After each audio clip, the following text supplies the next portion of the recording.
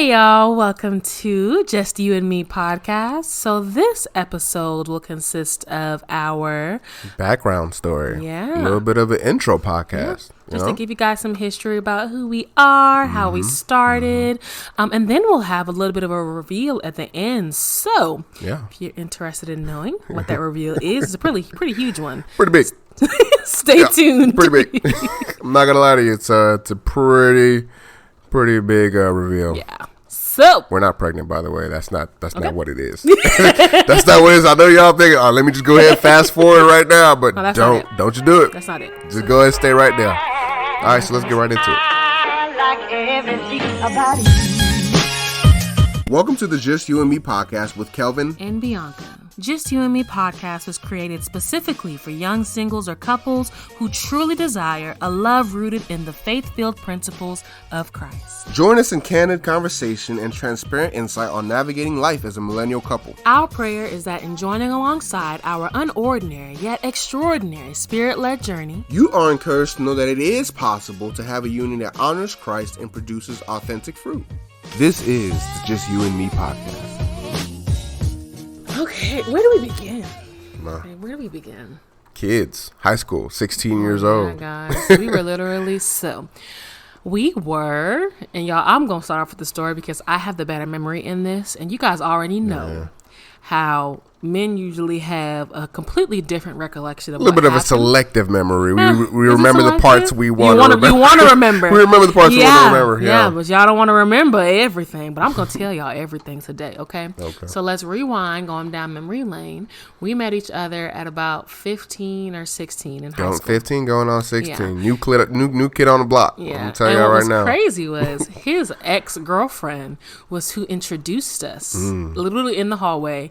And she introduced us because she knew that I was Nigerian and that he was also Nigerian. And me and her were good friends, ironically. We were kids at that time, though. Yeah. But she introduced us.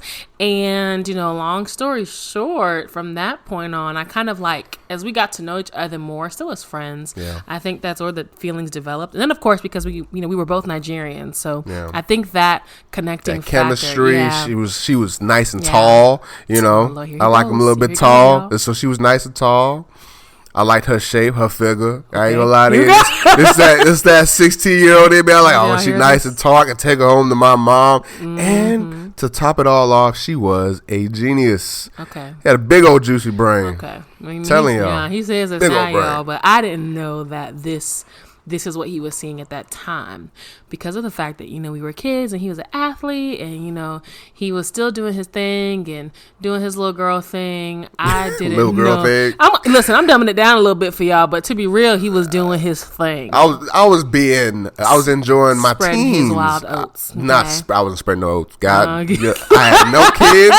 I have no secret kids. I ain't got no Drake babies out here. I ain't got no little Drake babies out here. It's not that bad, man. No, he wasn't doing all that though. But he was definitely enjoying his youth. Okay. I was a youth. He was enjoying his youth. I was a youth. So at that time though, let's say maybe this is around 2011, 2012 or so, right, babe? Yeah. So towards the end of 2011 was when he was ending the relationship with this girl.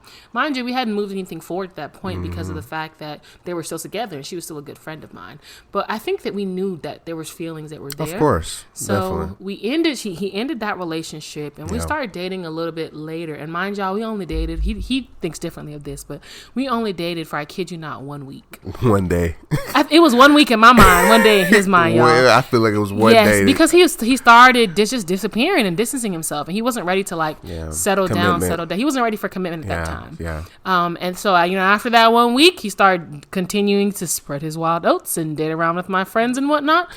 Some friends. I didn't have that perspective of I was attached to Bianca. I thought I was just single and I could do what I wanted, but Bianca tell you different, I guess. At that time, babe, that's reality then.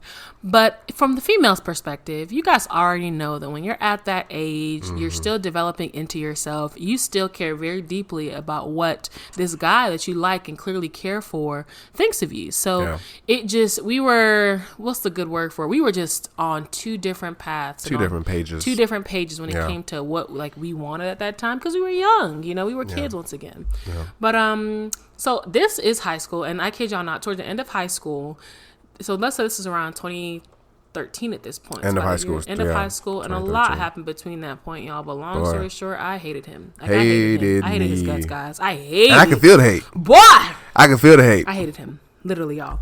I would literally walk into the cafeteria because how our high school was like everybody would be in the cafeteria congregating before classes. And I would like dress up nice or do my makeup. You know, many who know me know I was really into makeup. Of course. Do my makeup looking nice to try and, you know, get him to notice me. But at the root of it, like, or at the surface, I would be, you know, brushing him off because I couldn't stand him. But inside, I was just really hurt and still secretly still had a lot of feelings for him, especially considering all that, you know, I thought that he was putting me through prior to that point where I loved this boy, not fully understanding how or why, because it wasn't like he was doing anything to show me that I was really worth it.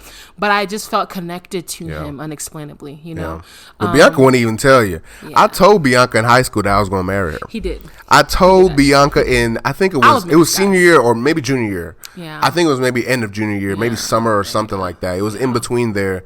I told Bianca I was going to marry her, and I told her this because I knew for sure that I could take her home. As he says, y'all. And she was tall too. She had a big juicy brain. She wanted to be a heart surgeon at the time. And I was like, bruh, this is the best. She was beautiful, everything. And I was like, this is the best mixture anyone could ever ask for. But I knew that I wasn't ready right now, and I told her that simply just to, you know, so she can stay in my corner, but to also understand that I was 16, 17, you know, I was not ready for a relationship. I knew if I got into a serious relationship with Bianca at that time, we would not be where we're at now. I would have destroyed that thing, tore that thing in the feathers, and it would just not have worked out. We couldn't been friends, nothing. Yeah. So. And the crazy thing though was, see, I didn't know that this is what he was thinking at that time, even on like a smaller sense from being a young teenage boy.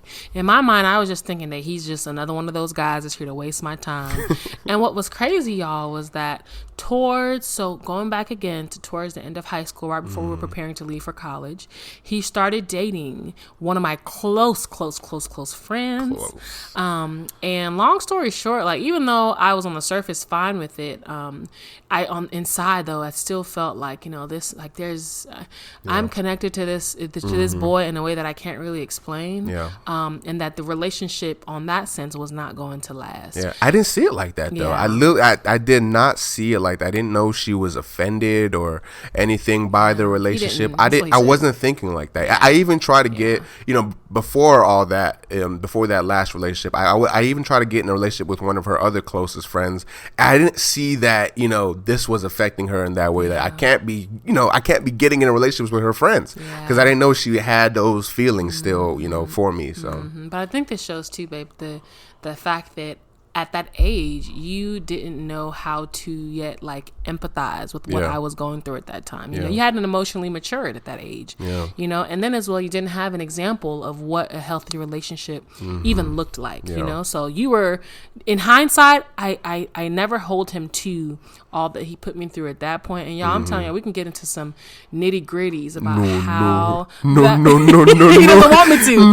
But y'all, he put me through a lot, which we will get into as this podcast series and our time with us or our time with you guys continues. But he put me through. I mean, while we were recording, we got into a little argument about. I think we got into a couple arguments about the past. Like me thinking, like, my perspective was I didn't put you through anything, and her perspective was you put me through a lot. Dating my friends, y'all, dating my girls, and let me tell y'all something. In high school, I was popping. Okay, I was very much so known. I was popping. Okay, I was known as that one that had very high aspirations and dreams. I mentored a lot of girls, and I was a leader. So I was known in my high school. And so when he came to the high school, he the new boy. He athletic. He got this nice physique. He's handsome. This is when the girls going crazy. This is when I was wearing that American Eagle. I couldn't, my stature couldn't fit Hollister or Abercrombie. But this is when, all those brands was really popular. I had all the American Eagle, had the cargo pants, the little what's it called? The little necklaces that you wear if you're a Catholic. Y'all, the rosaries. The rosaries. I had a rosary. what? With the boating shoes, y'all? The Sperry's. I thought I was killing them, bro. And what? Man, I'm trying to don't even let me get back in my bag. Don't you let me get back in my bag, man. But it was, I'm telling you. No, you were. I'm not going to lie about it. You were. And this is why many of the girls at that time were, really interested in him, exactly. So he didn't see it at that time that him taking up all of that, like, and I was light skinned. And he was light skinned. And y'all already know the light skin trend at that time. That's when it was popping. They loved him. He didn't know, though, that by him, like, moving forward with all my close friends and trying to talk to my close friends and, while doing that at the same time, not, like, saying certain things to me that he doesn't recall, but saying certain things to me that, were not indicative of somebody who, like, saw a future with me or someone who loved me as a young boy. It really put me through a bad mental space, and made me view myself in not the best light, which again I get into in future podcasts of like the mental space that I was put in at that time. But I'm telling y'all, want to stay tuned. You do. Like, y'all want to get that notification thing going, and y'all want to stay tuned because we got a lot of details to reveal in future podcasts. Yeah, man. But for now, though, coming forward from, high school time. So let's say towards the beginning of college now. So this is where like the real good stuff comes, y'all. So the beginning of college, around 2013, 2014. At this point, y'all, I was doing my thing. He was doing his thing. Mind you guys, before I went off to college, so let's say the spring of 2013 or so, he was, like I said, he was dating a really close friend of mine, so he had moved on. But he didn't know that the Lord was speaking to me kind of about our trajectory before this point. And the Lord gave me a vision around that time, right before we graduated college, where we were walking down one of the hallways in our high school, and I was going one way, and I had books in my hand. Like, I had textbooks in my hand, and he was going down another way, and he had a girl, literally a girl on his left arm, walking down the opposite way. So the Lord was showing me kind of our path when it came to like college, and how I was gonna go towards this one way with school and being studious, and he was gonna go down another way with girls and really living out his youth. So the Lord revealed that to me before we started college.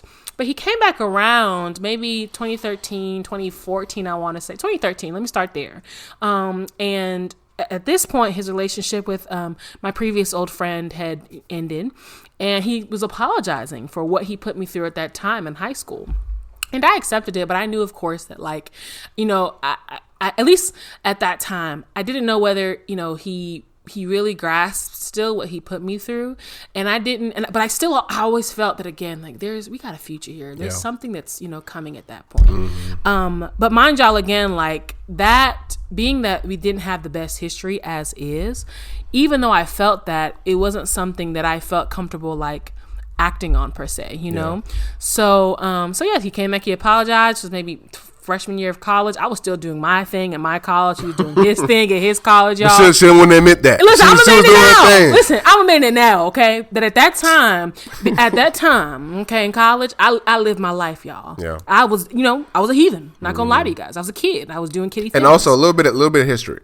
She told me in high school that she was, being celibate, abstinent, and stuff like that. And that was another reason of why I was like, I can't date this woman as a 16-year-old. I cannot date an abstinent woman. You know what I'm saying? Yeah. So I understand that now too in hindsight, because it's even now in this day and age, there are grown men who are not ready to take that step when it comes to like celibacy and abstinence and waiting till marriage. So imagine, a young boy at that time. It was difficult, and I understood, and I got it.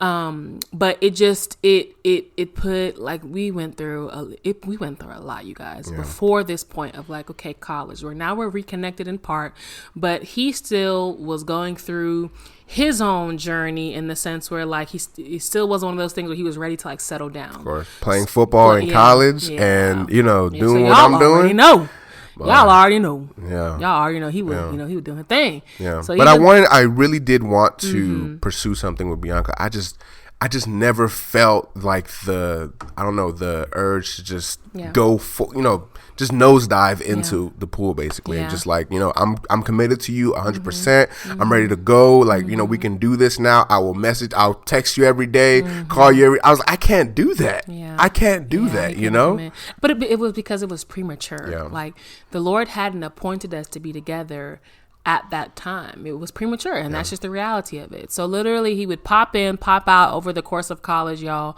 One moment we'd be talking for a little bit, and then he would just disappear on me. Like I traveled down to Western Carolina to watch his game one weekend my sophomore year of college, and y'all came back from that game. I got lost on the way back home. He wouldn't answer his phone. He wouldn't text me back, and I never heard from him for another few months. Like it was that type of thing, you know?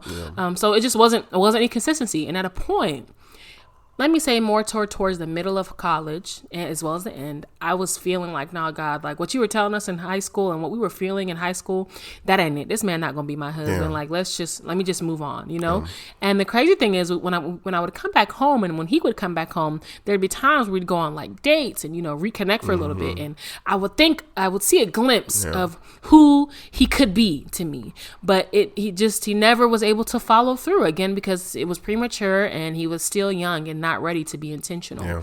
So we were still, you know, at odds at that point. So now, fast forward February of 2017.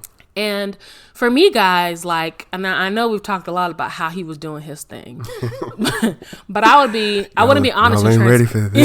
I wouldn't be honest and transparent, y'all, if I wasn't telling you guys that I was doing my thing too while in college. And there was one man in particular where I was certain, y'all, that I was going to like marry.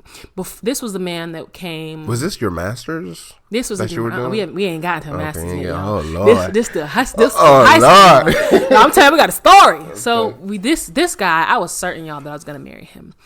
But literally one day, I told my mom, and this was maybe 2015, 2016 or so. Told my mom, look, Mom, there's this guy that you know, we're pretty serious. He's also Nigerian. He's from this tribe. And my mom was like, no, this ain't gonna work.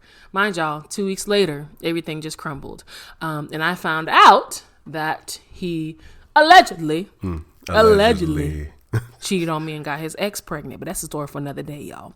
So with that being said, guys, that was one of the biggest heartbreaks I endured in college, you know, alongside many of them, but that was the biggest one. And I didn't date for a good 2 years. So now fast forward to early 2017. And this was the year that the Lord made it clear to both of us that this is, you know, you guys are called to be with one another and called to take the step with me at the center towards marriage. But earlier that year, of course, it wasn't evident yet.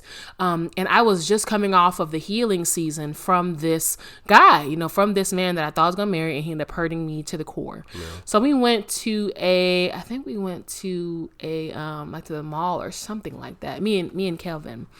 And at this time, we went to it was the mall. So I think it was like Forever 21 or something like that. Yeah. So I was preparing on going to Miami, guys, in a couple of months, and he was adamant. I was in a different headspace. He was in a different headspace. You need to get into that a little bit. Different headspace, y'all. Like I was on my Christian vibe. Yeah. You know, I had came back. I wasn't playing football no more, and my mom had taken me to this church, and I was really like adamant on, you know, being celibate, abstinent, all that stuff, all together, whatever it is, and just like focusing on Christ, completely, and I completely devoted my life back to Him. I was reading my Bible every day, doing devotionals, you know, going to church, all that stuff. And so when Bianca came back, we had basically flipped.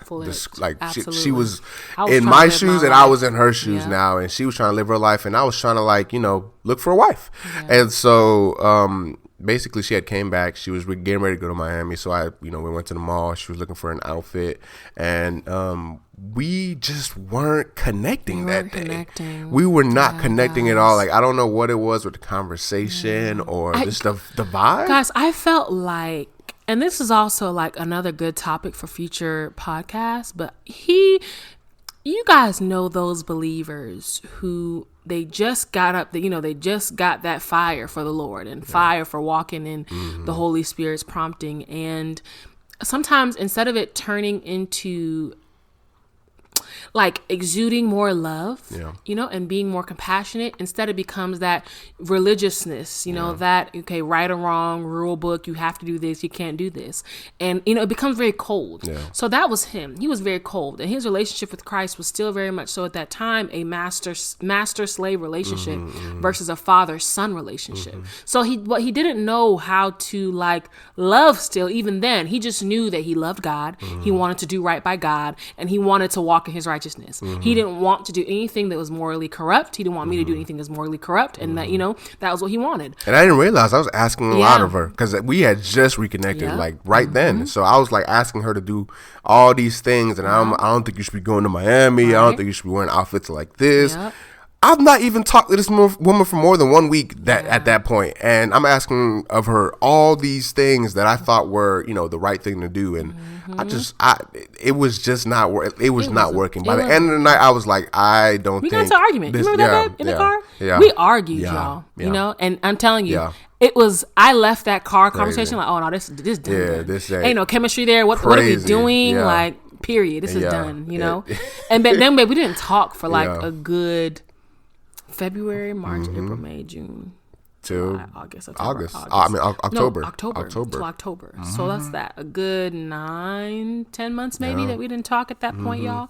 And at that point, that October time was when I had already left the church that I was going to, and just like I had kind of branched out on my own, had my own beliefs, and, you know, just developed my own relationship with Christ as a, you know, father-son type of relationship, or something similar at that time. And but you were still really depressed in that year. Very depressed. Depressed. He was very depressed in that year. So I feel like even you being in that solitude, even though yes, like you still knew God, you hadn't yet developed that like father-son relationship, because it was something similar to it. It was more like, you know, how you have a father and you go to your father and you feel like if you go to him and you're in trouble now, you're scared of him and you can't, you know what I'm saying? You're scared to go back to him, basically. That was you know, type of father-son relationship that I had with him. Because if you know me personally, I don't really have, I never grew up with my father in my life all the way. And he lived in Nigeria and I lived over here with my mom and my brother. So that perspective of a father-son relationship was the kind of had. So I didn't really know what it was really like to have a father in my life. So that was the relationship I had with Christ. And, you know, so much like depression and anxiety, like so much. I was literally going to school, going to work, and coming home and laying in my bed for like, you know, 6-7 hours, 8 hours a day, and just not do. I just didn't want to do anything. I didn't want to, you know, go to church anymore. I didn't want to, you know, do anything at all. I didn't want to hang out with anybody. And that, how did I even hit you up? I just said, I just texted you. Out the blue, guys. So out the blue. At this point, like he just said, this was his whole 2017. From that point of early February, where he was super on fire for God, we had this run in. You know, I went to Miami anyways and lived my best life. You know, that in that whole year, he was depressed. And on my end, on the other end of the spectrum, I consider 2017 my year, believe it or not, of surrenderance. So in certain areas of my life. So even though in school, I was in grad school was going great financially. My finances were great. My business was great. Everything was great on one end, but on the other end, I was still lonely. Like I was still having sex outside of marriage. I was still not living a life that the Lord called me to live. So in a way, I was almost deceiving myself, thinking that, wow, this is the best year of my life that I've had in a long time. But there were still areas of my life that needed to be pruned. But one thing I will say, going back to that aspect of surrenderance, that was the year that the Lord really was teaching me how to surrender. So I was slowly learning how to surrender certain parts of my life up until this point where, okay, like I'm able to surrender this aspect of celibacy and purity and really honor you in that. But this is what I was going through. So I'm thinking that I'm going through like a positive sense or a positive phase, and he's going through the worst year of his life. But fast forward now to the end of that year, when he texted me out the blue. Mind you guys, like I said, I was in grad school. So I was in grad school in a new city. I was in Birmingham, you know, and you know, like I said, school was going well. But one of the things that I felt like was lacking was that I didn't have, like I would pray all throughout, y'all, for at least a good 2 years after this happened with that ex that I talked about earlier, for the Lord to bless me with the man that would love me unconditionally, that would honor me in the way that I could honor him, and that genuinely had a heart like as big as the heart that I had.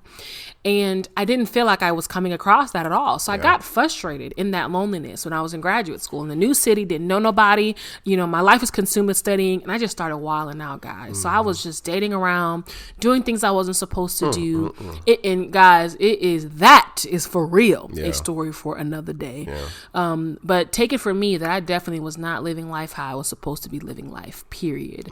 So when he came back into my life at the end of October 31st to be exact, he texted me out the blue. Crazy enough, guys, I was hugged up with another guy watching and I was movies. Laying in bed watching Netflix by myself. By himself. This is what he says. By myself. This is what he says. But he texted me out the blue. So I'm laying up with this guy, guys. I'm looking at my phone like, wow, like what is he reaching out for? So y'all, I get up and I run to the bathroom. I close the door and I text him back. I was not expecting a text back. He was. I am sure he was. I think he said that actually, that you were not expecting a text back. But I don't know, again, guys, how the Lord kind of just aligns and ordains things. Like, I don't know what drew me to do that, because I was definitely with this guy that, I mean, even though I wasn't really interested in him, he was just a placeholder. I knew at that time in my life, though, I was like over all that, Kelvin had put me through and not being consistent and not being, who I needed him to be. So I was over it. But something still drew me to go into the bathroom and respond back to his text. So I responded back and literally, y'all, went back to lay up with the guy. And on his end, he started opening up about it, just how his year was, how just all the things that he had gone through and the place he was in his life and how depressed he was and just all of these things. And the crazy part about it, I'm not the type of guy to just start opening up, for anybody, especially someone I've not spoken to in a long time. Yep. So it was just by the grace of God that I just felt comfortable to just start talking, literally divulging. Yep. And he was telling me, y'all, a lot of things, and me being me on my end, like, I am naturally, like, the Lord has given me a gift of encouraging others, and he's given it to him as well. But he on my end, that all the way, encouraging others even when you don't even feel like it, when your heart is like not feel into it at all, like you weren't feeling me. I wasn't feeling for you. So for you to even go out of your way to do what you did was God. It. But it's still, even though on the surface I wasn't feeling him, guys, like, it still kind of showed too that my heart was still connected to him, because as he was opening up about this, y'all, I'm talking, I left that guy, went into the bathroom again. I was in there for like 15 minutes, texting back this long message, just speaking life into him, just pouring into him, and I didn't know that would be the budding fruit of like our relationship now, in a sense, because I went back with that guy, and that continued for a little while longer. But at the point where it was clear that, well, let me rewind a little bit. This is October 31st. I rededicated my life to Christ on November 3rd of 2017. Like, I made it clear that, Lord, I'm not living this life no more. I'm not having sex outside of marriage no more. I'm not giving no more men the time of day that do not deserve and honor it. And I didn't know at that point that me and Kelvin would pursue or become what we've become now, because we were still just friends at that point. Like, still just texting. We hadn't talked on the phone or FaceTimed or saw each other within that, 4-day period. There were times I didn't even text back because I had exams that week. So I wasn't thinking anything of him. But that morning of November 3rd, I literally was like, Lord, I am not doing this anymore. Like, if not you, if I have to be single for the rest of my life to have you, I am going to do that. Like, I don't want to live like this anymore. And I was set on that. So I wasn't expecting the Lord to now bring any good man into my life, especially when I felt like I didn't deserve it, that I wasn't worthy of it. Although I knew that I could bring some amazing things to the table. And at that point in my life, I knew who I was. I knew who the Lord had called me to be. And I was very much so purposeful about walking in it. When it came to the area of relationships, I felt like I was so disobedient that, Lord, I needed to be single for a little while, get washed again, get water than snow again, then I can pursue this area. But little did I know that on his own end, as we were talking and communicating in this November period, that his heart was opening up more and more back to me. And then there was one night in particular that we were on FaceTime. This is where it all really began, y'all. Where we were on FaceTime, and I don't remember what we were talking about.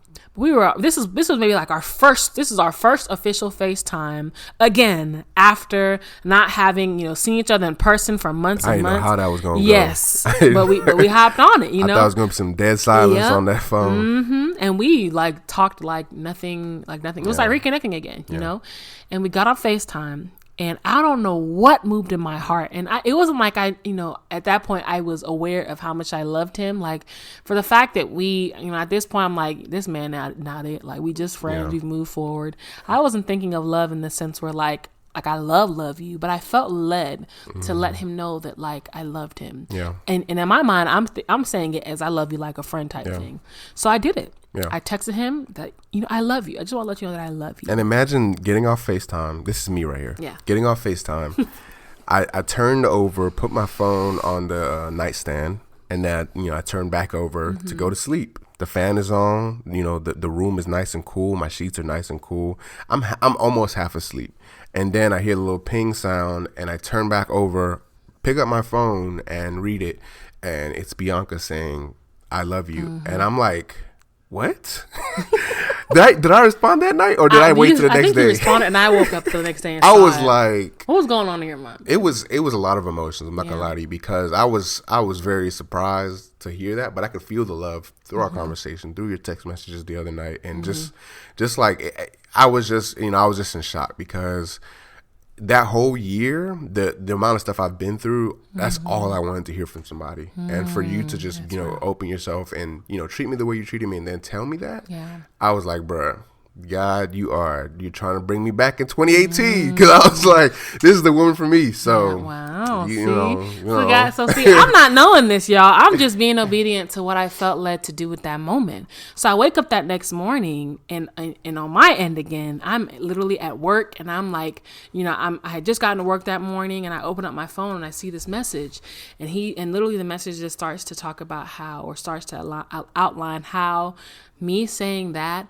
was like literally floodgates opening up in his heart, and how, exactly like he said, after all he's put me through, after all the inconsistency, after how he's hurt me, all of this, for me to still be able to say that I love him and to still open up my heart to him just meant the world to him. And then sometimes that's all a man wants to hear. Yeah. Sometimes that's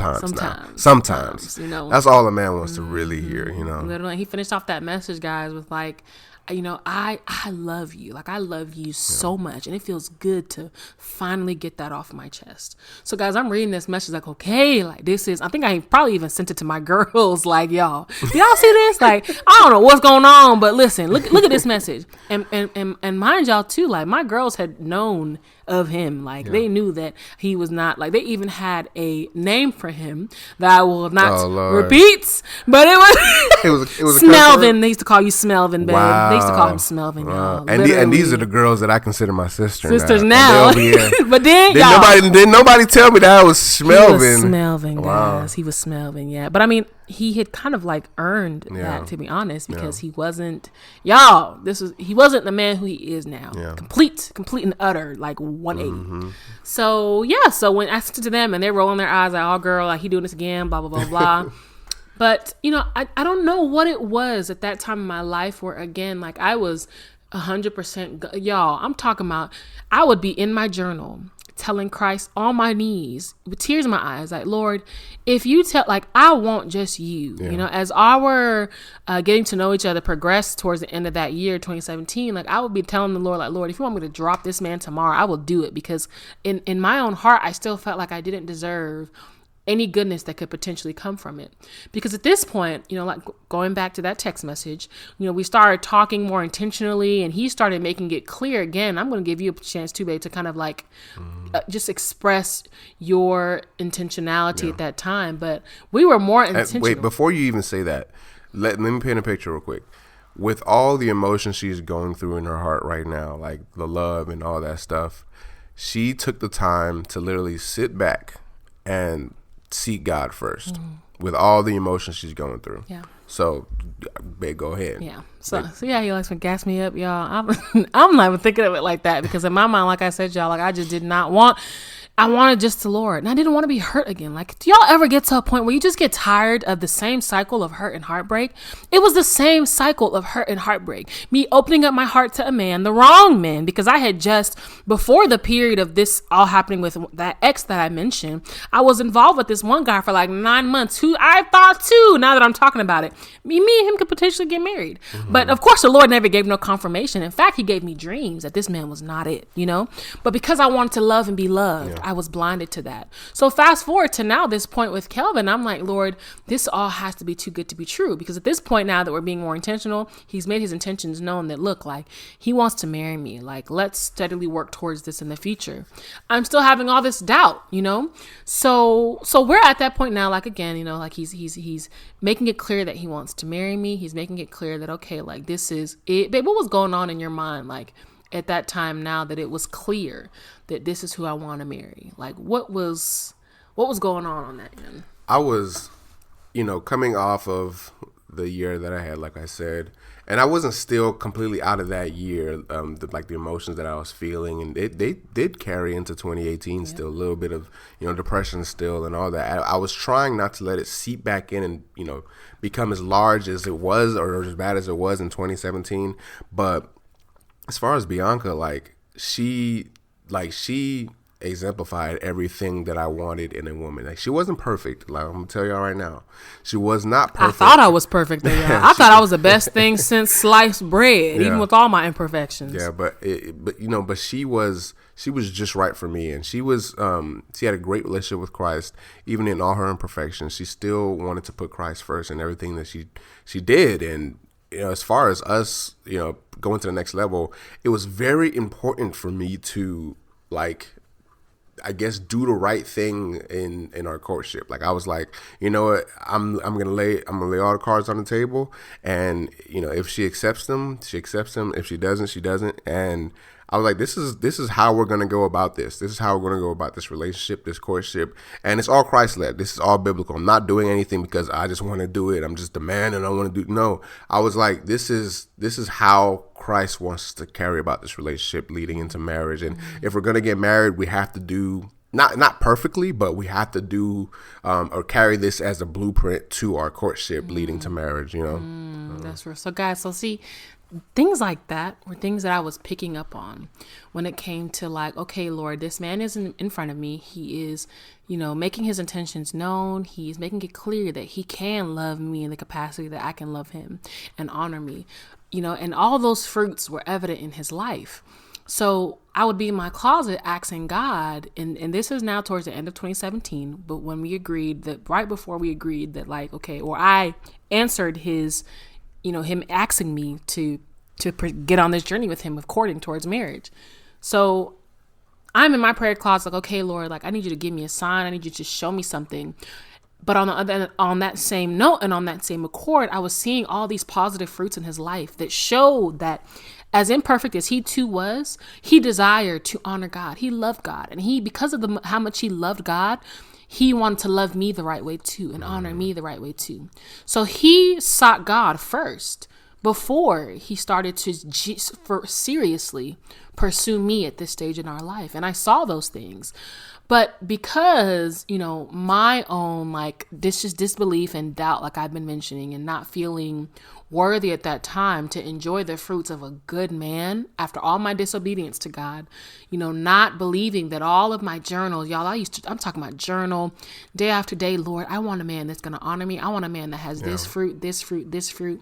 Like, I gave all these journals to him, y'all. After our year of courting, I gave it to him as a gift to show him that, look, I prayed for you. Yeah. But that's, again, the story for another day. Boy. So going back to what I was saying, in my prayer closet, asking the Lord for a sign, I'm seeing these fruits in his life, guys. And at the point where it was evident that okay, like, Lord, this is serious. Because y'all, we had, you know, gone on our, like, I call it our umpteenth reconnect date. We went out to eat, went out to dinner, you know, and I think I actually skipped this part. Like, that was when he first made his intentions known in this timeline of November that looked like we were driving back one day, guys. Well, we went to Midtown. Yes, Chickabiddy's, and then we also went to the movies. Yeah. And literally, guys, like, it was a great night, you know, and we were walking back to our car, and he looked at me. Mind you, when I had come out the car, I'm like, boy, I'm about to get a free meal. Like, okay, like, I'm some male presents. I'm trying to hold his hand, and he's like, no, like, you know, like, we're going to keep this, let's keep this platonic almost, you know, but it was in a way, like, he respected me, you know, he didn't want me to get the wrong idea about his intentions. So we're at dinner, you know, we go to the movies, and he comes back, and he looks at me in a certain way, like this is, I think he gave me a kiss on the cheek or something like that. But I knew at that moment that, okay, like, he sees something here. Yeah. So we're driving back, And he starts to just open up about how, you know, why we wouldn't have worked out prior, his intentions at that point. And what was crazy, guys, was the day before, I was in my office at work and I was crying, and I was, you know, the Holy Spirit fell on me and I started to journal, and I was just trying to, you know, get down everything I felt that he was telling me, because I was asking the Lord, like, Lord, like, why? Like, if this man is the one, why wasn't he perfect then? Like, why do you allow him to put me through all these things type thing? And the Lord started to let me know that, look, like, if I would have given you this man when you guys were younger and when you guys were kids, or in this year, it would have been a premature man, and you would have been in a premature relationship. That he had to undergo, both of us, we had to undergo all of the pruning and the hurting and the, you know, the foolish mistakes and all of that separately with somebody else, so that when he put us together, we would be on a firm foundation, because we had already experienced all that jazz, and because of the fact that he was protecting us from hurting one another, from preventing the fruit that he was preparing to release when it came to us. Yeah. And imagine, sorry to interrupt you, babe. Imagine being, and this is how funny God is. Imagine being, if we were on the same wavelength at the same time. In high school, if she was, you know, with the beliefs that she had, and I was with the beliefs that, you know, she had as well, and we were at the same beliefs, we would have had a relationship then, but it wouldn't have worked out. And God already knew that. And even, you know, early 2016, even in college, if we were on the same page, like, you know, like you were talking about, if we were on the same page again, it was still wouldn't have worked out. So he literally took he said, y'all ain't never going to be, y'all may turn upside, y'all may flip sides. I'm going to take my time. Y'all may flip sides, but y'all will never be on the same page at that period of time. Y'all need to really develop, and y'all need to be like crushed for you to understand where y'all need to be. And that's facts, guys. See, that's facts. So that was along the lines of things that he was telling me in the car on the way back from that, you know, our umpteenth reconnect date, like I said. And y'all, he was saying this, and I was like, Kelvin, I didn't tell him, y'all, that the Lord had revealed all of this to me the day before that I was journaling about. But I pulled out my phone that I had, you know, written my journal in, and I was like, look at this. Like, do you see? The Lord was just telling me this yesterday. And the Holy Spirit is one guy. So what he tells, you know, that man that's pursuing you, or that woman that you're desiring to pursue, like, or your spiritual leader or spiritual mentor, the Holy Spirit is one. It will all be the same thing if the Lord said it. So literally, he was just confirming what the Lord had told me prior. So this was like the catalyst to us really like, okay, this is for real. Like, we need to be intentional. So towards the end of November, and this is where, like, you know, we'll start getting into, okay, this is a little bit of a journey of our courtship. And we'll touch on some real high points. And then as podcasts continue, we'll get into more nitty gritty. But like, y'all, at this point, it was clear that, okay, I think that this is the man that I'm supposed to marry. And he's positive that I'm the woman that he's supposed to marry. So I went into a fast. I fasted for a week. And at that point, mind you, I was praying all throughout November, but I was so like just enamored with like how amazing he was, that it was still that twinge of like disbelief almost. So I was like, Lord, I need you to show me, give me a sign, give me something, let me know that this man is one I'm supposed to be with. And if he is not the man that I'm supposed to be with, I will drop him tomorrow. Like, I am not playing. I will not go through any more heartaches. I will not go through any more heartbreaks due to obedience. And I will not sell myself short of who you created me to be. You know, I knew I was a good woman, but I also knew that I had many faults. And I also knew that because of those faults, a lot of times, like, I would have like blinders on. Like, I wouldn't pay attention to necessary red flags. So I needed the Lord to show me if this man was it. So y'all, within that week, the Lord gave me 3 dreams. The first dream he gave me, it was like Kelvin was on Facebook and he was giving like this outpour of inspirational messages, and it was people that were an outpour of people that were responding, like, Lord, okay, like, this is, you know, you're really touching me. You really, you know, you're really changing my life. Just all of these people that were responding back to him. And I was responding back to them as his helpmate in the dream, just helping him to respond back to those comments, helping him to also like touch those people as he was driving the message, as he was driving that inspiration. And that was the first one. I woke up and I told him about it, you know, and I knew that at that time, at least generally, that he loved like motivational speaking and stuff, but I didn't fully grasp his call to like encourage and touch others on a large scale, like which matched mine. So the second dream in the middle of that week was we were driving down this really dark road. He was speeding down that road, and I was in the passenger seat. He was in the driver's seat. And we were speeding, and I looked up because I noticed that we were speeding, and I looked up, and he noticed that I looked up. And I guess because he saw that I looked up, he outstretched his right hand to keep me safe as he was braking, because I thought, y'all, that my head was going to go through that window. I was positive my head was going to go through that window. But he kept me safe, and we were fine. Yeah. And the third dream, where it was like, okay, Lord, like, I hear you just fully. He blindfolded me in the dream, and he walked me outside of this house we were in. He took off the blindfold, and he blessed me with a brand new car. Now, y'all, I woke up with this dream like, Lord, you tripping. Like, this man ain't gonna never do that. And I went down. I told he had come over my house that day to see my parents. And I told him the dream, and he was laughing, looking at me too, like, you tripping. I ain't gonna never do this. So we're like, like, what? Who gonna do this? But we see now, though, that he absolutely would be one to do that. But the takeaway being that, like, the Lord revealed, one, the first dream, his purpose and what he has called us to do on a monumental scale when it comes to his kingdom and touching others via our story, via what he's taught us, his wisdom, and genuinely sharing that with others. Then the second one, he showed how he used us in each other's life to save one another, to slow down when it comes to how fast paced we were living life, and that he used us to save one another. Then the third one, he was more so for me, showing me that you don't see the heart this man has right now. Because y'all, when I tell y'all, Kelvin is naturally like, he because of the fact that he didn't have an example of, like, okay, love in his home and being a man too. Very, like, rough exterior. He didn't really like to cuddle at that time either. He wasn't very lovey-dovey, and I was. So I could never see him being the type to, like, just open up his heart to me type thing. But the Lord was showing me in advance the heart that he had given this man, and that all I had to do was to continue to seek the Lord first. Yeah. And the Lord would undo all of that rough exterior, all of that hurt and pain in him, to be able to love me in that capacity to give me such a gift. Which is absolutely true. So to wrap it all up, on my end, that was when, from November 27th of 2017, I told him yes, that we are going to do this. We're going to court, we're going to walk towards marriage, we're going to do this, whatever the Lord calls us to do in this season, we're going to do it.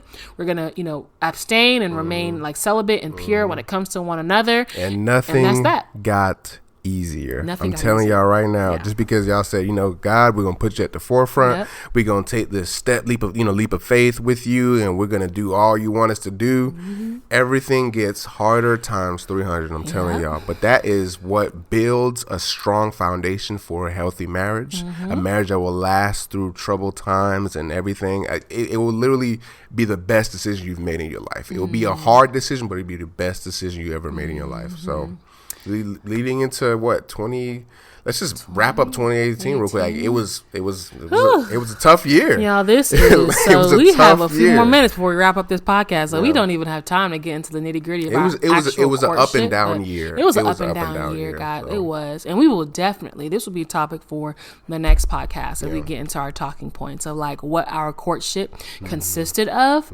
But it was a tough year. Lots of highs and lows. Lots of learning one another. You know, lots of pruning and lots of having to trust the Lord on what He told us both, that He called us to be together, that He had a greater vision for us both. So we had a lot of dying to flesh that we had to do in that year. In 2018. Before even being able to listen and hear His ultimate instruction of becoming, you know, one, and how to do that. But that is our story. But all that happened or took place in 2018 led to His ultimate revelation for us at the end of the year. And it was, you know, it came to Bianca first, of course, and with her being a kind of a prophet in a lot of dreams, a lot of visions that she gets. And then it eventually came to me, and we came together and decided to take this ultimate leap of faith, and we in radical obedience, basically. And we decided a couple weeks before, but on January 3rd of 2019, we tied the knot. We got married. We just had like a small ceremony, a couple our family and a couple friends, and that was it. Yeah, guys. So no celebration, nothing big. We went on a little three day honeymoon, if you call it that. But y'all, like that, it was. And there's so much to get into, and I think I'm gonna get into a little bit when it comes to that revelation in itself. Yeah. And of course, y'all, like, there's so much that went into it behind, and so much like the nitty gritty of what 2018 consisted of that prepared us for this step. Yeah. But we knew that at the end of that, once 2018 was nearing its end, that, okay, Lord, like, we've learned all that we need to learn outside of marriage, and we're feeling this drawing to take this step. We don't know how. We don't have any money. We're students. I knew I was starting medical school soon. He's in nursing school. How are we going to do this and have this, union and this wedding and, and this marriage in the way that we envision, but in the way that you've also called us to be, obedient in. So, like he said, I had a couple of dreams and a couple of visions toward that end of the year that the Lord was showing me that he wanted us to take this step. And babe, I think I'm going to actually get into a couple of them to give some context. Okay. One of the first ones being in the dream, it was as if I don't know what he was doing on one end and I was doing on another end, but there was this plant that I wanted to water. And I was looking at this plant like, man, I want to water this plant. Like, I want us to take care of this. And I wanted to tell him in the dream, but I was worried that he would be like, he would look at me crazy type thing. But he walked over to me. He looked at that plant too. And he said, babe, like, let's take care of this plant. Like, let's do this. Let's make this commitment. Let's water this plant. And that's exactly what we did in the dream. Another one being, and this was the one that where it's like, okay, Lord, like, I don't know how it's going to happen, but I hear you. Fast forward, because, to give you even more context, guys, at that time, I was just like, Lord, I know that you have called me to marry this man. Yeah. Y'all, our spiritual leaders were letting us know that this is like actually on the horizon. Like, y'all are really already married in spirit type thing. Generally, not for real, of course, but that this is a perfect union type thing. And they were telling us that, okay, 2019 is going to be that year. We would be looking at each other like, I don't know how, because how are we gonna pay for it? Like, how's all this gonna happen? And our parents had, of course, already had given us the blessing that we were, they blessed our marriage. But they, of course, wanted a timeline that was later on when we were done with school, when we were settled, et cetera, et cetera. But on our end, we again knew that we had learned everything that we needed to learn outside of marriage, and that because we were saving ourselves to marriage, we did not want, scripture says that it is better to get married than to burn with passion or to burn with lust. And we knew that we were reaching a point in our courtship where it's okay, like, the clock ticking, I'm getting a little tired. Even as much as we were, pressing into God and, maintaining our boundaries, no slip ups whatsoever. We were, that passion was rising, and we were like, we need to do this, So towards the end of the year, in December at this point of 2018, the Lord gave me a vision, and he also gave me a dream. And this is me, like, guys, I didn't tell him any of this for the most part until the day that we decided we're gonna get married. Yeah, like, we're gonna do this in January. Until after he gave the same message to him in a nutshell. So in the vision, it's like 3 a.m., guys, or in the dream, I'll start there. And the Lord was showing me in the dream a timeline. And he was showing me that the same timeline in which one of his old friends, his old roommates, I should say, who was preparing to engage his girlfriend in January, the Lord was showing me that the timeline in which me and Kelvin were going to get married was going to overlap with that engagement period. And then I woke up and the Lord showed me, and the Lord told me as clear as day, you and him need to get married. You and Kelvin need to get married as soon as possible. Clear as day, guys. You and him need to get married as soon as possible. So, guys, I'm getting ready for work that morning. I'm looking in the mirror. I'm brushing my teeth, and I'm looking like, Lord, you tripping. Like, I know your voice. I know I know when you speak, and I know this is you, but you tripping. Like, I don't know how this is going to happen. Yeah. What are our friends going to say? What are our parents going to say? How are we going to maneuver this entire journey? Like, what are you saying right now? I know that we want this. We want this more than anything. But how is this going to come into common? Like, how is this going to happen? Yeah. So I didn't say anything to him. I said nothing to him. The day goes by. We get into this huge argument that night, ironically, just the enemy, something stupid. We didn't talk for a day or so. Still hadn't told him that the Lord gave me this message. But he knew at that point that I was, on my end, I was ready to let's start preparing for marriage. Like, where the ring at? Like, let me not say that, because we have been preparing for marriage all throughout our courtship, guys, which we will get into as podcasts go into. But I was ready to officially, like, we are married. But he wanted to take it slower. He was fine where he was at. Yeah. So I didn't want to push him towards taking such a step prematurely, especially considering the fact that, he's the leader, he's the man. So he was the one that needed to kind of, set the pace essentially. Yeah. So I didn't say anything. We got into this argument that night. We didn't talk for a day. And I am at work that next day, and I'll share my end, and he can share what was going on in his mind in these couple of days. I'm at work that day, y'all. And I am like, my heart is heavy because we got into this argument. I'm still thinking of what the Lord told me yesterday. And I'm like, Lord, I don't know how this is going to happen still, especially now that we at odds. So he tells me to go on a prayer walk. I go on a prayer walk. So essentially that's just where, I went to a park and I'm just walking and praying and worshiping and, just really in the spirit. And I'm crying the entire time. I'm pacing up and down this trail, just praying and worshiping. The Lord tells me to get on this kind of like pedestal almost, where he wanted me to, just to worship, to openly worship. I'm telling y'all, people are walking back and forth on this trail. He didn't want me to care. He just wanted me to worship and reverence his name. So I did. I got on that little pedestal thing, little platform, and I was just worshiping, just singing, giving him glory. Then he told me to run around that platform or that pedestal for 7 or 8 times, just like Jericho in scripture. And I do it. I'm running around crying like, Lord, I don't know what you're doing at this point, but I'm just trying to be obedient. Be obedient. I do it.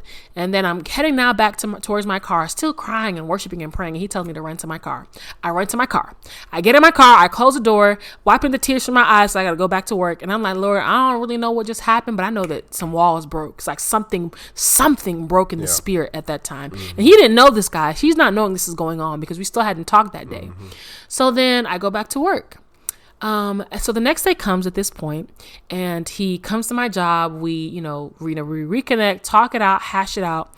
On the way back from work, and I'll let him interject so he can, give his side. And y'all, just a little side note, we did not break up. This wasn't a break. It wasn't a breakup. We literally we had a disagreement. And we took some space. Took a day or two of space. Yeah. So on the way back from work that day that we, reconnected again, and, we're making it clear that, okay, like just kind of talking through our run-in. And I'm letting him know finally that, Lord, I had this dream a couple of days ago, and the Lord told me this. And he now, inputted with what he said at that time. And then he was like, let's go get married. Like, let's just go do this. And when he said this, guys, mind y'all, we had been joking around about this throughout our courtship, because we knew that even though most guys, when you are preparing for marriage, most use when you're engaged to now officially we are taking the steps towards marriage. But because of how the Lord had, how the path in which he called us, and the fact that he made it clear from the very beginning that we were called to be married, we practiced the right steps to take prior to being married from day one. We knew our relationship was not going to be no traditional steps. It was like, even how we met each other, none of it was ever traditional, normal. So we knew that the next step was going to be untraditional. But we didn't know that it was going to be in this way, guys. Like, believe me when I say it. Well, we joked about it. We joked about us getting a court marriage. We, like, all through our relationship, when she said, like, we would just joke about it. We would literally joke, because we knew there was no way we were just going up and get married. We knew it was, and consider our background. Like, we're both Nigerian. There's a way to do things. There's a process. There's a culture. But we at this time, when the Lord instructed us to do this, we had peace, and we knew that this was the step that he was calling us to take. But mind you guys, we still didn't know the ins and outs. We still didn't know how, but we knew that, okay, Lord, because you are calling us to take this step, we're going to be obedient and allow you to figure it out. So the date ended up falling, and there was a very close friend of mine, Lisa and Kosi. We love them so much because they really, really provided us a lot of support and insight on their journey to kind of prepare us really well for this journey. But, I talked to them. They gave us a lot of insight on, their own experiences and how to maneuver when it comes to taking this step prior to the big festive day. But we had peace. So he mentioned, okay, let's just go do this. Let's figure out how to get a marriage license, let's just do a court wedding essentially. And when he said it, like I told you, we had been joking around about this for our entire courtship. But anytime he would say it, I'm talking about my heart would race, guys. I had anxiety. I didn't have peace because it wasn't the right time. But this time when he mentioned it in agreement with what the Lord had showed me and what the Lord had showed him, which we'll get into, we knew it was right. And that's exactly what we did. And gentlemen, don't be like, confused or like, oh, there's no way that God will say this to my wife or girlfriend or whatever first before me. Like sometimes God will speak to her first and let her know what needs to, be done or his wishes or whatever. And then, he may keep you in the dark for a little bit and then he will tell you and y'all will act on it together. Literally. Sometimes y'all only had to say words. He will literally tell her first maybe and come to you eventually about it, and then y'all come together and this is what we need to do. And y'all agree as one in the spirit and in the physical, and y'all do it. But this is the importance too of being connected to the Holy Spirit, like even in anger, because even though we had that rough patch, we had argued, I still knew that I can't fix this without you, Lord. Like I still need to be in connection in what you're telling me, even if I don't understand. So I'm not knowing that all of this is going to come and he's going to the Lord is going to have to tell him in his own way.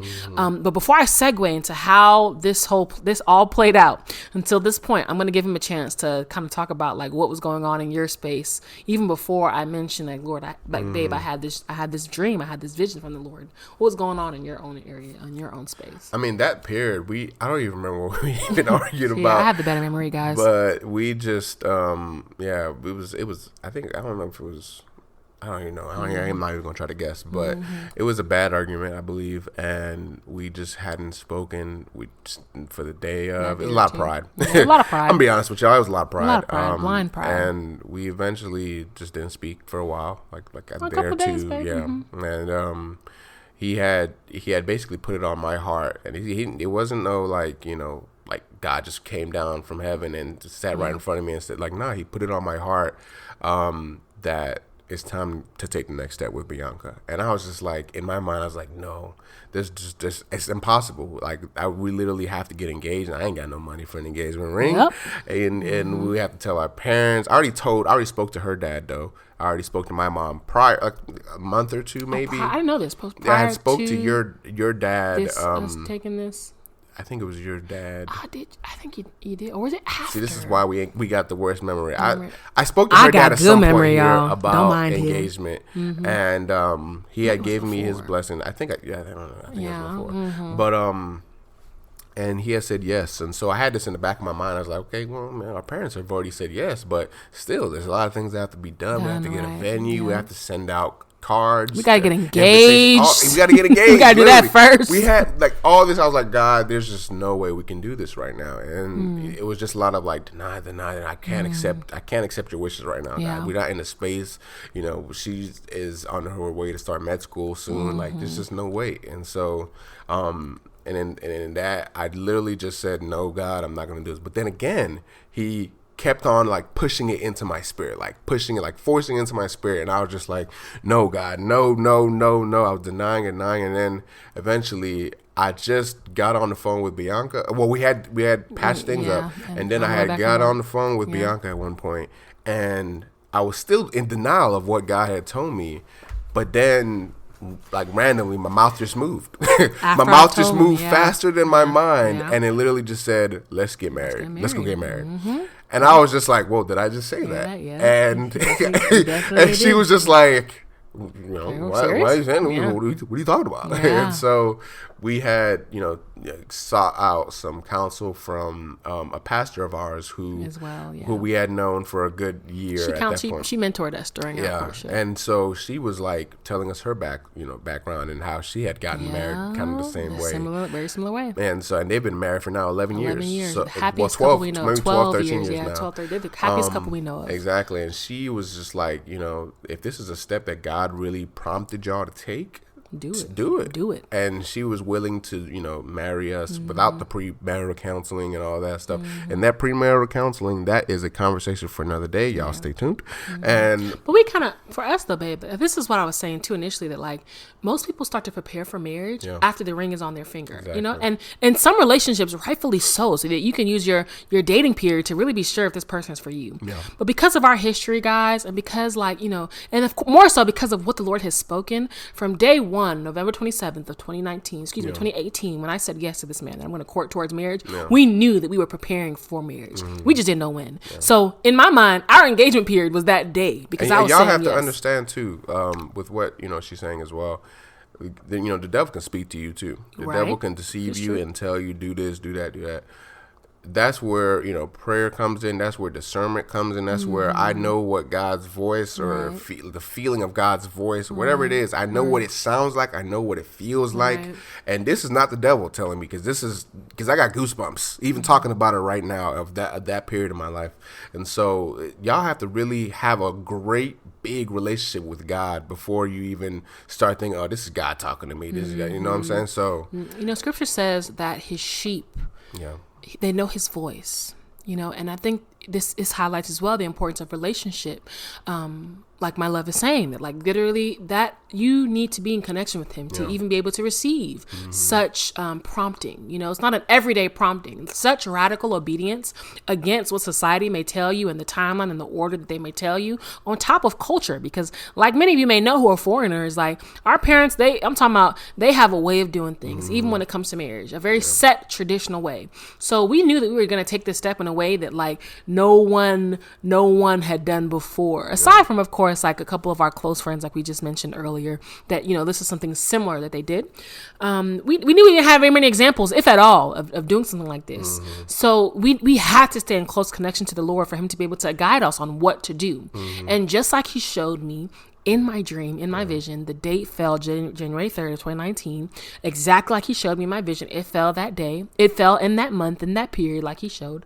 We told our parents like that maybe the night before, I want to say that, look, like we're doing this. Like we've received your blessing that we are, you desire for us to get married as well, but we're just letting you know that we're doing it sooner and we're doing it tomorrow. We're doing it in this way, which was crazy. Story for another day in itself. So our pastor had agreed to marry us in her living room. So we got dressed. We went there, had a couple of close friends. My brother, my mom was there, and we literally just got married right there, signed the certificate, everything, and drove to Tennessee. Tennessee, in the mountains, and that was it. Yeah, that was it. But a lot more went into it, and we'll cover that a little bit deeper later on. But yeah, so I feel like, and this is again why we've decided. Well, let me not say again because y'all don't know this, but we're letting you guys know now why we decided that this is the best time to release this. Because our marriage. We decided to keep it private from the world. So it's not easy. It isn't easy. It is not easy to keep a marriage secret. Like it's so much. I wouldn't even call it secret, babe, because it's like we weren't. And when people ask, we tell them. Now, especially, we're married. But in the beginning, because we knew that the Lord also instructed us that we needed to keep this private. Like aside from our close friends and our parents, who for me especially, y'all, that's the only opinions I cared about. You know what I'm saying? I am not the type, which is why I'm so transparent in everything I do. I don't get embarrassed by what the world thinks, or that's where I have tough skin. But when it comes to like my close friends, my family, their opinion matters. And him, of course, their opinion matters. So after we received their blessing, that was it. But the period. But with that though, the Lord he told us that we needed to keep this private for a little bit, y'all. We wanted to start this podcast long time ago. What? But we didn't have the go ahead from God. We didn't have the go ahead from God. He literally spoke to my wife about that when we were getting ready to literally design everything. The logo design, had the idea. And then he just told my wife, it's not time. It's not time. So, he said it's not time. And so we were obedient to that it wasn't time to release this. But now, though, because we will have been married officially, at least. We're about to be married for a year in January 3rd. And, so, guys, it has been, let me tell y'all something about, and this is why I always circle right back around to obedience, because it's scary to take such radical steps when you don't know, you don't know what the next step is. A lot of times, you may see the end goal and not know the next steps, or you may know the next step and not see the end goal. It was a mix of that for us, but we knew that the Lord called us to do it. So us doing it in the way that we did it, in the time span that we did it, was literally just jumping full force, the biggest step of radical obedience either of us had ever taken. But I kid you guys, I kid y'all not, it was the best decision of 2019 of my life. 2019. It was the best, y'all. There are some things that we've experienced in this year that we will also get into in future podcasts that could not have gone in the way they've gone without us being one. And the way in which, like most say, and we knew this before getting married, that the first 5 years are the toughest. That's when you guys get into it the most. But again, because of how the Lord had been working in our union from day one, we learned how to communicate with one another. Yeah. We learned how to bury pride. It was still a daily thing, even up till now. Yeah. But we get in an argument today. I'm telling you, less than 5 minutes later, we already made up. We're already made up. Yeah. Y'all, that's a 360 from during our courtship. Boy, yeah. we would bite each other's heads off because the Lord made us both leaders. He made us both heads. Yeah. We would bite each other's heads off. But I still had to learn, of course, that aspect of biblical submission, and he too had to learn how do I honor this woman as someone that I'm going to marry. Yeah. Topics for future podcasts. But when it comes to us being married though, like this, it's been amazing, and now and that's just a kind of a reward for obedience. Yeah. It's a reward for obedience, guys. And we're seeing the fruits of why he told us to take this step in the way that he did, considering all that we're going through right now and have been going through this year. So there's many external factors. Everything have been could be falling apart outside of us, but together inside, we are union. Rooted. Yeah. We are one. We are in sync. We are in sync. Yeah. And we've seen the fruits of it. So now that we're at this point now where we're releasing this podcast, we're releasing this message, we're being open. And I'm sure many of you guys have a lot of questions. Okay, you just got engaged, quote unquote, in August, blah, blah, blah, blah, blah, blah. And we'll get into that too. Traditional. We'll get into that later on too, which is why you guys should definitely stay tuned in to future podcasts. But the takeaway being, this is what it is. Yeah. And we have decided that this is not even us. The Lord made it clear to us that this is, I give you the go ahead, There's a ministry that you guys are supposed to tap into when it comes to young millennials, young couples, singles who, desire a relationship that is under my umbrella. And then there are young couples who may be in similar shoes, who now we know of many who've taken similar steps, but that need a good example of how to maneuver in that and to do it my way versus their way. So that's it, guys. That's the big reveal, So, we're planning on that big grand wedding that we will have in the next couple of years. But for now, though, getting this initial, I guess you can call it legal step for the rest of the world out of the way, y'all. Biggest blessing of the world, biggest blessing in the world. So we just wanted this intro to, I guess, kind of encompass who we are, our backstory, and so that you guys can see for yourself how founded we are on transparency. We want this podcast to produce fruit, not only for us, but for you guys. And in order for that to happen, there has to be open honesty from the beginning. There has to be genuineness from the beginning. And that's who we are, And that all comes with obedience and taking these steps, like how God is planning our life out. Yeah. This is step by step, day by day. Now we have released the podcast, released it to the world, basically, and now you guys get to follow us on the next steps on our journey. You know, but thank you guys so much for tuning in with us today. We really appreciate it. I love this conversation, babe. Like I said, y'all just be on the lookout because we will try to release at least once every week. Yeah, once every week. And we're just gonna watch it grow from there. Tune in next Monday for episode 2, Guiding Principles and Discovering if Someone is Truly the One for You. Don't forget to subscribe and share. Follow us on Instagram at Just U&ME Podcast, Spotify, and Apple Music coming soon. Thanks for tuning in to Just U&ME Podcast.